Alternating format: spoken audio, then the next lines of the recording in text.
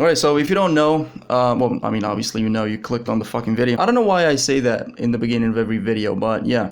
Jake Paul is fighting Anderson Silva. You know, when I first heard about this fight being officially announced, the first thing that I thought is, holy shit, this is probably the best possible opponent that Jake Paul could have picked. I mean, think about it. Anderson Silva is a professional boxer, so all of the people that, including myself, that keep joking about how, you know, Jake Paul would rather fight his fucking mailman rather than an actual boxer, you know, he can't really make that point anymore. I guarantee you this, you ain't gonna see Jake Paul calling Anderson Silva out. That I fucking promise you.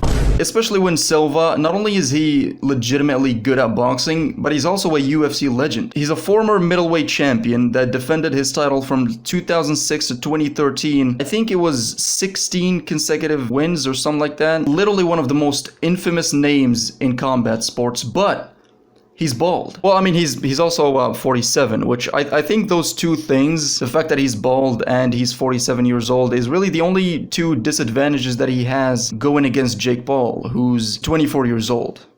7 years old mentally. So the age gap is 22 years. I used to joke that Tyron Woodley is old enough to be Jake Paul's dad, but in this case, for Anderson Silva, it's literally true.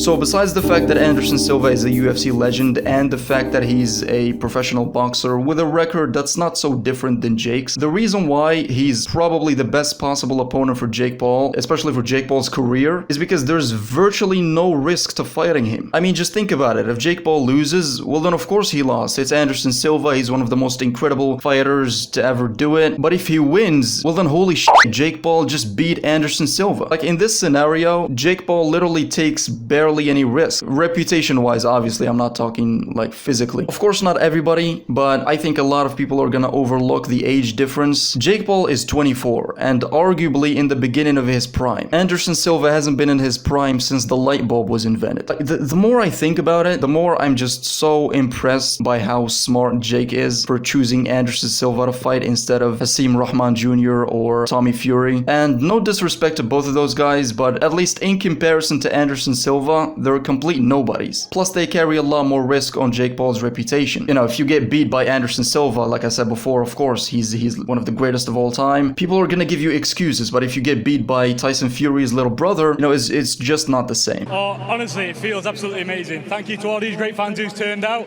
What do you think? I think they wanted to see you fight a little bit longer. Plus, they probably wouldn't be able to bring as many eyeballs to the fight as Silva. So yeah, I mean, this is just another case of Jake Paul very intelligently picking his opponents. The last professional boxing match Silva had was against Tito Ortiz, which, by the way, is also a 47-year-old ancient MMA fighter. He's also the only still living Neanderthal. What gives me a little bit of confidence that Silva may have a chance at beating Jake Paul is the fact that earlier last year, besides Tito Ortiz, he also beat Julio Cesar, who used to be a boxing middleweight champion back in 2012, I think. Plus, this guy was about 11 years younger than Silva, which is not as young as Jake, but it's still pretty impressive that at the age of 47, Silva still managed to take out this guy who was 11 years younger than him and also a former middleweight champion. One thing I'm 100% certain of is that Jake Paul is not going to be as comfortable in the ring the way he was going against Tyron Woodley or Ben Askren. Reason being is that both of those guys are mostly known to be good grapplers, unlike Anderson Silva, who's not only a good striker, but also extremely fluid. I think if Anderson Silva would have taken up boxing early on in his career, back in his early 30s, he could have 100% became a boxing champion by now. If I had to guess, I'm gonna say that this will probably go to decision, but if somebody does get clipped and KO'd, I'm gonna say that it'll most likely be Anderson Silva. I would be very surprised if Jake Paul gets knocked out, because I just don't think Anderson Silva has that kind of power, especially at the age of 47, so this fight might actually succeed in getting more than 50 people watching. So yeah, if you want to hear what I have to say about these fights before I actually make a video about them, I usually say what I have to say on Twitter, so give me a follow on there. You can also DM me if you want, you know, send me some, don't send me death threats, that's I don't really like those. Yeah, and also the Discord server